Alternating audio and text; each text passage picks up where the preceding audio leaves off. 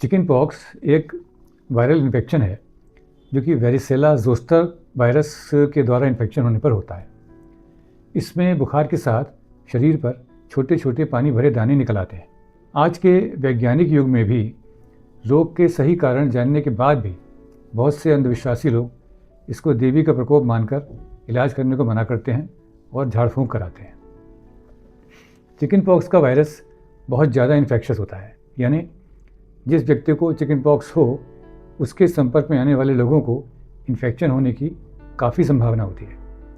रोगी को बुखार आने के 48 घंटे पहले से ही दूसरे लोगों में इन्फेक्शन का डर होता है और छालों पर खुरंट जमने तक इन्फेक्शन फैलने का डर बना रहता है। जिसको एक बार चिकन पॉक्स निकल चुकी हो उसको दोबारा इसका इन्फेक्शन होने की संभावना बहुत कम होती है। शरीर में वायरस के एंटर करने के बाद 10 से 20 दिन के बाद बीमारी शुरू होती है।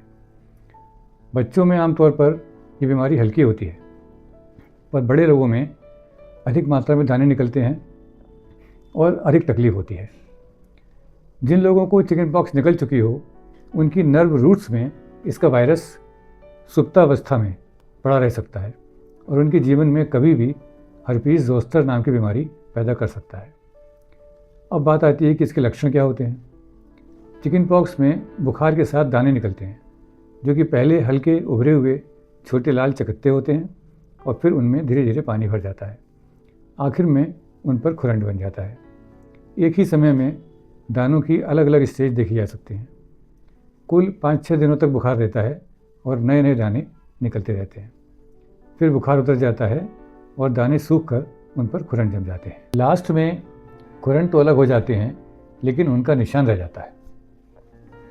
शरीर की त्वचा के साथ सर में, बालों के अंदर, गले के अंदर और जेनिटल ऑर्गन्स पर भी दाने हो सकते हैं। दानों में खुजली और जलन होने से काफ़ी परेशानी हो सकती है। छालों में खुजली करने पर उनमें इन्फेक्शन होने और पस पड़ने का डर रहता है। जिन लोगों में किसी कारण से रोग प्रतिरोध क्षमता यानी रेजिस्टेंस पावर कम होती है उनमें यह इन्फेक्शन फेफड़ों और ब्रेन में पहुंचकर खतरा पैदा कर सकता है। अब बात आती है इसके ट्रीटमेंट की। चिकन पॉक्स में बुखार उतारने के लिए केवल पैरासीटामॉल का प्रयोग करना चाहिए। एस्पिरिन तो बिल्कुल नहीं लेनी चाहिए।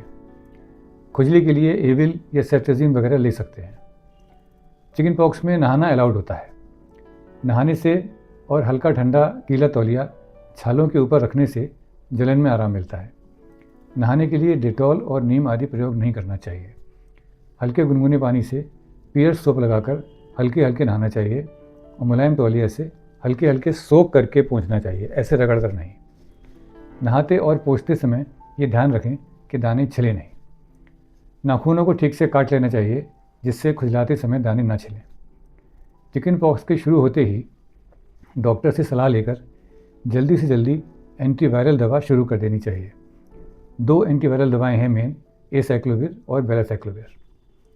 यदि किन्हीं छालों में पस पड़ गया हो तो लगाने के लिए एंटीबायोटिक क्रीम लगा सकते हैं और ज़्यादा पस हो तो खाने वाली एंटीबायोटिक भी खानी पड़ सकती है।